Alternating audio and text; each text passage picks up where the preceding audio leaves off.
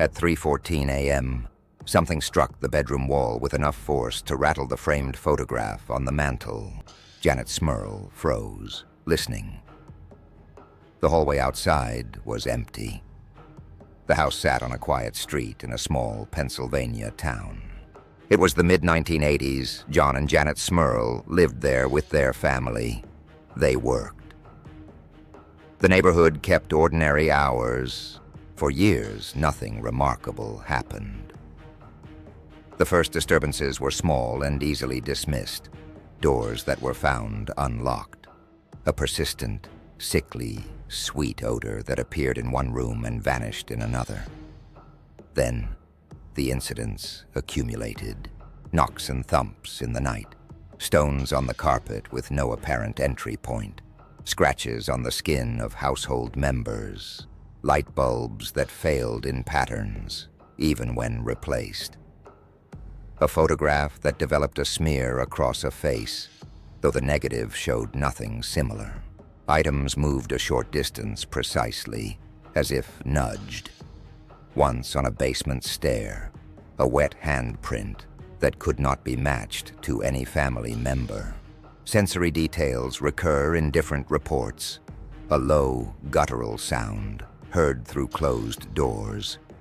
A sudden chill localized to a chair. A smell described repeatedly as sulfurous or like rotten eggs. The cat fled rooms at times when nothing else seemed amiss. Neighbors heard thuds and called police on occasion. Police reports recorded calls, and in several cases, officers found no demonstrable cause. Photographs and audio tapes were collected by visitors who came to investigate. Some tapes contain low-frequency noise and fragments that listeners interpret as voices. Some photographs show anomalies. Others are inconclusive. As the pattern intensified, two strands of response emerged. One was practical and local. Electricians checked wiring, plumbers inspected drains, structural contractors examined foundations. They reported no clear mechanical source. For the odors, the knocks, or the pattern of failures. The other was more formal and doctrinal. A local priest visited and religious rites were performed. Teams of investigators arrived, some identifying the incidents as potentially paranormal, others raising concerns about suggestion, misperception, and the social dynamics inside the household. Explaining the events has proved difficult.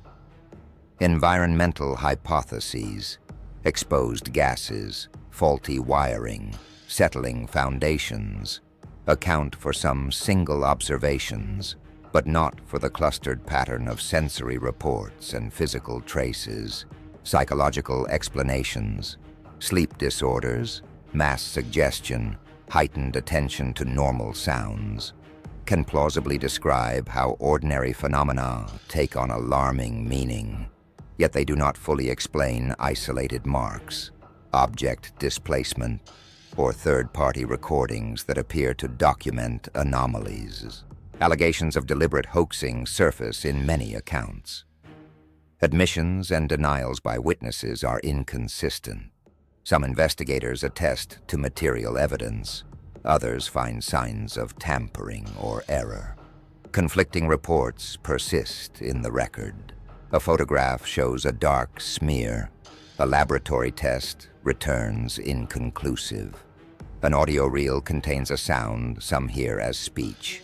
Forensic analysis labels it ambient noise. A priest describes a change after rites. Skeptics point to the family's relief following attention from outsiders. Names and memories differ between interviews. Paperwork, where it exists, sometimes contradicts oral testimony. One particular item remains. A cassette tape, logged into evidence and later referenced in interviews, contains a brief segment of amplified low-frequency sound beneath silence. To some listeners, it resembles a syllable. To others, a mechanical artifact. The tape is catalogued but not uniformly accessible. Its provenance is clear on paper. Its meaning is not. The house was sold years ago. The strange smell lingered intermittently in accounts long after the family left. The knocks have not resumed in public record, but the questions about how and why these events aligned, the physical traces, the recorded anomalies, the conflicting witness statements, have not been resolved. The case file ends with that tape and with a single note in the margin, unexplained.